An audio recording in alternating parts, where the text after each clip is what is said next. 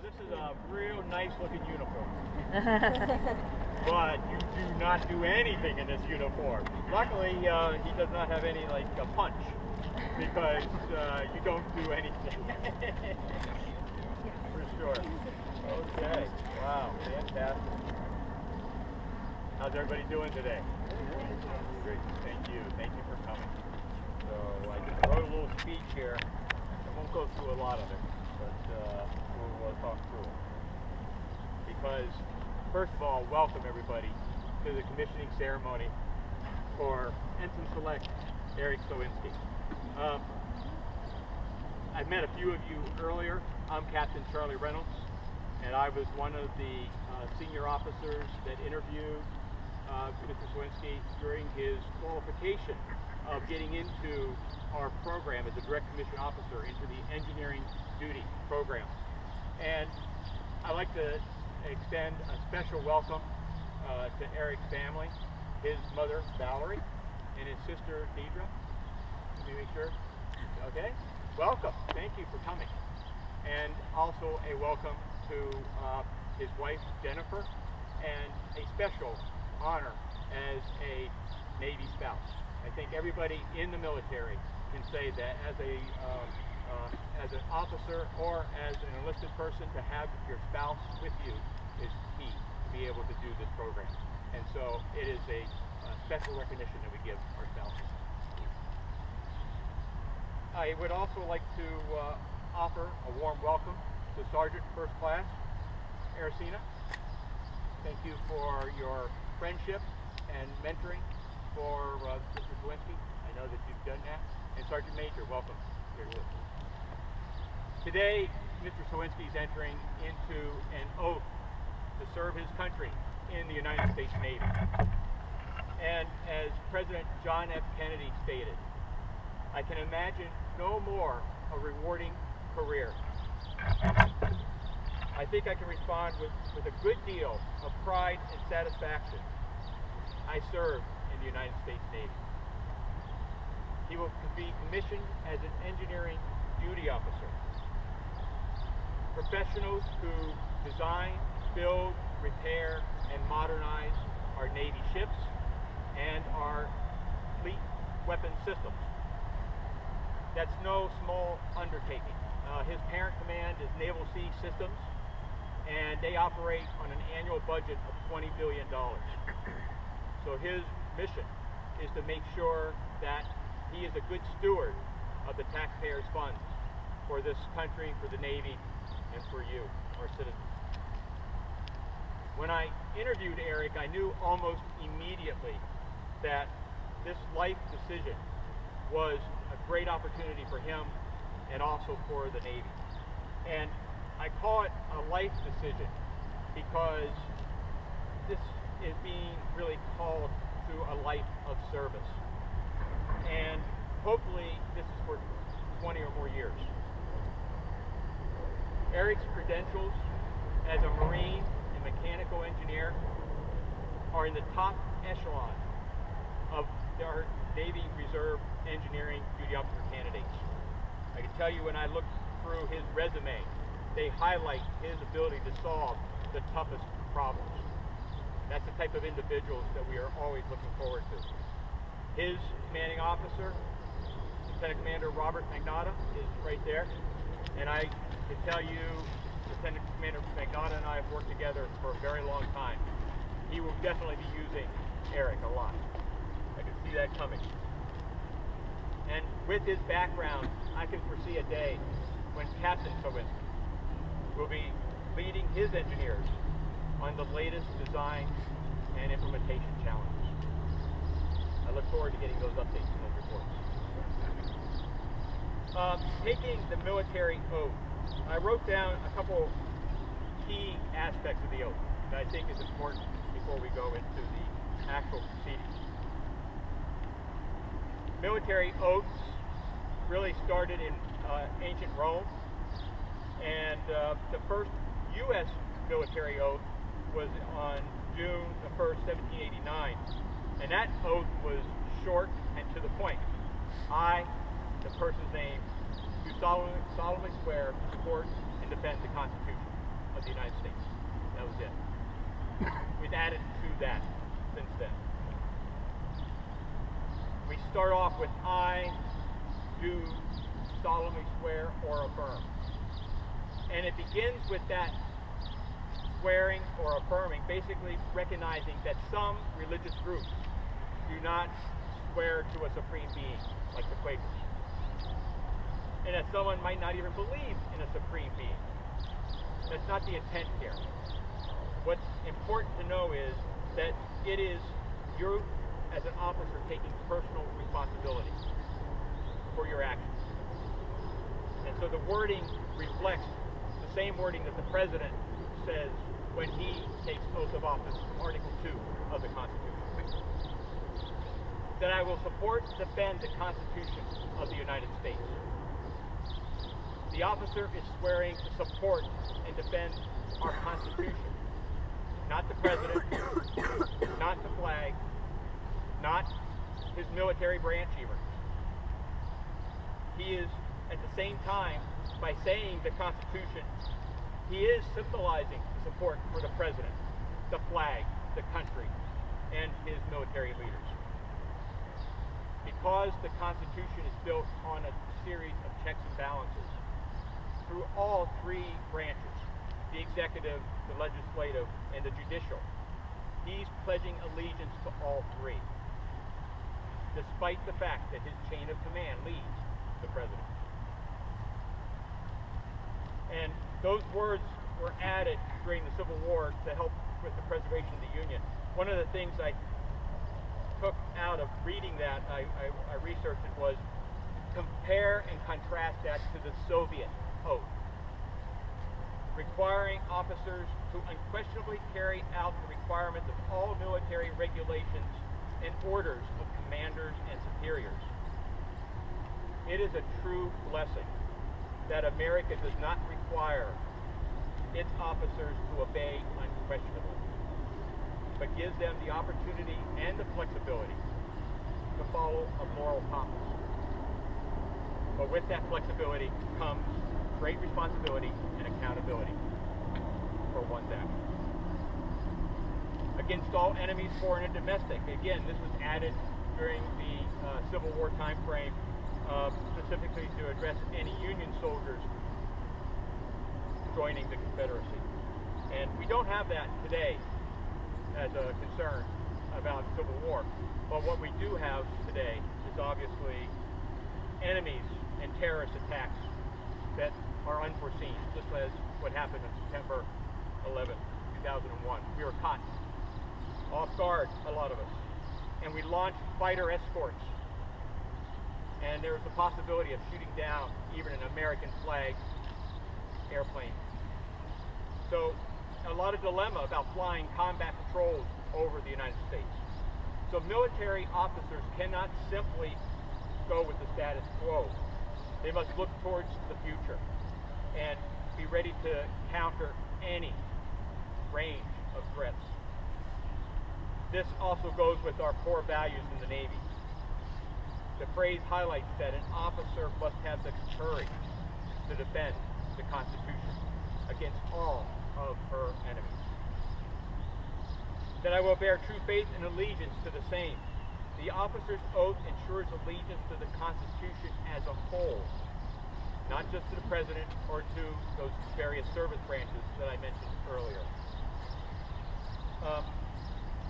Basically, if you look at what we must do as an officer and what we are forced to experience today is a whole different realm with terrorism. And therefore, you hear the term purple uniform or joint force.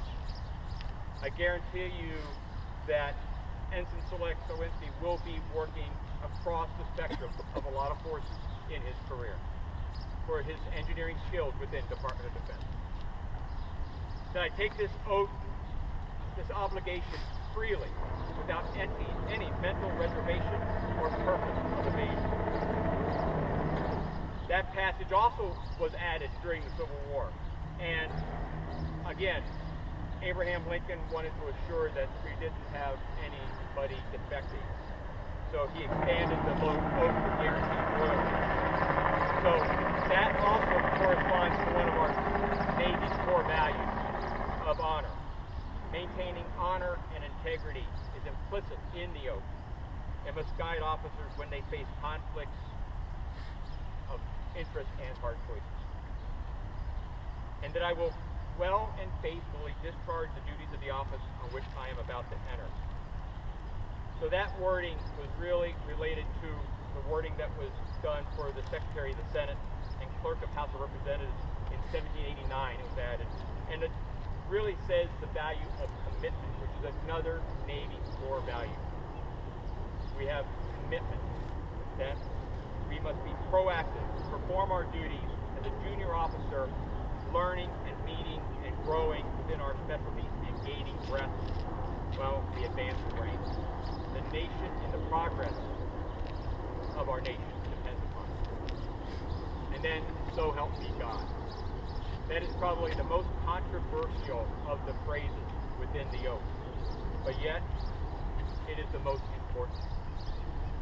Our actions have a moral and, for those in a supreme who believe in a supreme being, even a religious implication. Sometimes military officers are hesitant to embrace their religion publicly or acknowledge the significance of a divine guidance. I can assure you those in a firefight know the value of their God. These words constitute an assertion of sincerity to undertake the duties of military service in good faith with the aid of the highest power recognized by the candidate. It is directed solely on his or her own personal conviction and belief of an Almighty, whatever that may be or may not be. So help me God indicates the retribution for that officer should that officer not follow out their orders and keep their word. Again, I did some compare and contrast with the Soviet oath, which says, if I break this solemn vow, may I be severely punished by the Soviet people, universally hated and despised by the working people. Although that's quite a condemnation, it actually is less severe than the consequences with somebody who has a strong moral or religious foundation. So help me God acknowledges that there is no other stronger commitment. The oath of office is required by federal law, but it has greater meaning than reciting some words on a paper. Your oath is your word. The oath also reflects our Navy core values of courage, honor, and commitment. With that as our guiding principle, we will be victorious in all of our battles. So I now ask you, Eric, are you ready to take your oath as an officer of the United States Navy? With the horses. Please raise your right hand. I, please your name. I, Eric, do solemnly swear or affirm that I will support and defend the Constitution of the United States against all of its enemies, foreign and domestic. That I will bear true faith and allegiance to the same. That I take this obligation freely. Without any mental reservation.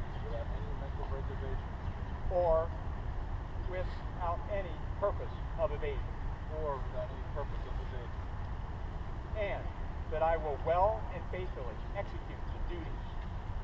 And I will well and faithfully execute my duties of the office of the office that I'm about to enter. that I'm about to enter.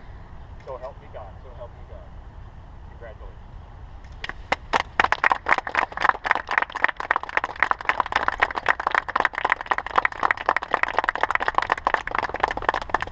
At this time, Ensign Gillespie will have his shoulder board added by his mother and his sister.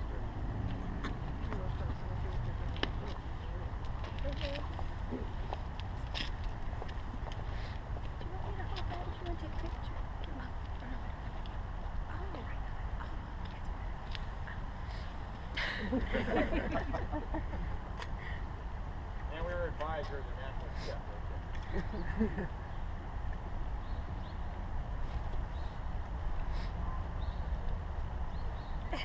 Okay, Mom, get it on.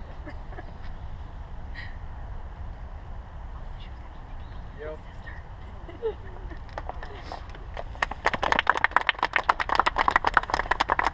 And now when a soldier or sailor is usually outside, they always are covered. And so at this time, his wife, Jennifer, will put on Ensign's cover.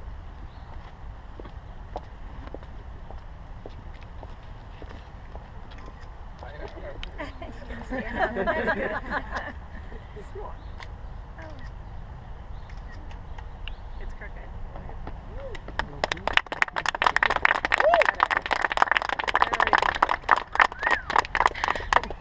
Ensign Corwin. I'll keep it short, I swear. Good morning, everyone. Thank you all for coming out to support me on this beautiful day at Fort Schuyler. It was supposed to be sunny earlier in the week, I swear. As most of you are aware, getting to this day has been quite a journey down a long, bumpy road for me. There have been some sizable obstructions, detours. However, I stayed true along the course. That being said, there are some very important people that deserve highlight recognition. Lieutenant Chabelle, Captain Reynolds, Robert Gibson, Mitch Simbler, Michael Holzer, my mother, my late father, and my darling wife. Without these people, I doubt I would have been able to successfully navigate my way through this special day. Reflecting back on the last 15 years since I last stood in this spot, I've accomplished a lot in my personal and professional life. Most of those were once in a lifetime, and a large number had to do with the hard work I put in. I could not, in my wildest dreams or expectations, have predicted all of what has occurred with. So, some of you may be wondering, why the Navy? Why do it now of all times? Where the calling of the Navy comes from is most likely rooted in my childhood. As a child, I loved being on the water, looking forward to our annual vacation on a converted First Atlantic liner in the new cruise ship industry. And in addition, one of my youngest memories is sitting with my grandfather, an Army World War II Pacific Theater veteran, intently watching Victory at Sea on PBS. If memory serves me right, before my teenage years, I could recite all the major battles, the involved vessels, the strategic importance of the conflict. Could these have been the catalyst of my Navy dream? Then 3 years ago came the rekindling of my childhood dream of being a part of the Navy. I started the process of consideration for entrance into the Engineering Duty Officer Qualification Process program. Who could have predicted that a few more speed bumps and detours would pop up? But I ultimately, today, prevail.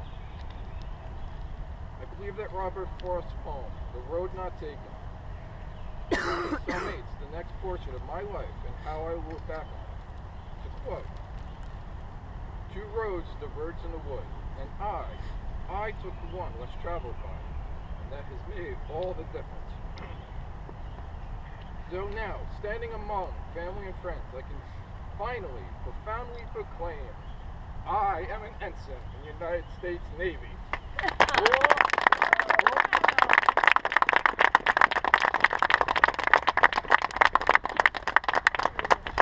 you all. It is customary also to have an officer have his first salute for somebody that helped him throughout his life and career, as well as somebody that's going to help him in the future. And so I think, Ensign, you have somebody that you would like to have that first salute with. Sergeant First Class Studio, please step forward.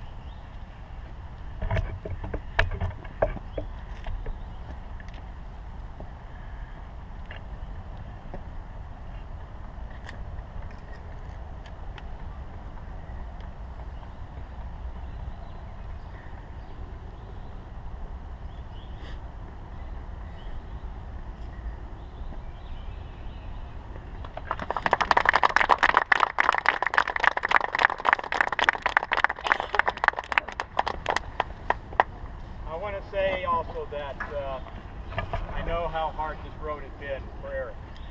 And when I always talk to him, the positive nature of this gentleman, I knew that this man was going to do a lot for our country. And this, I see him now, I look at him, I have just retired. And so it's sort of like I'm going to follow his career because he's the last officer that I've been able to do this with, I bet. And I'm very proud that it was with him. Congratulations.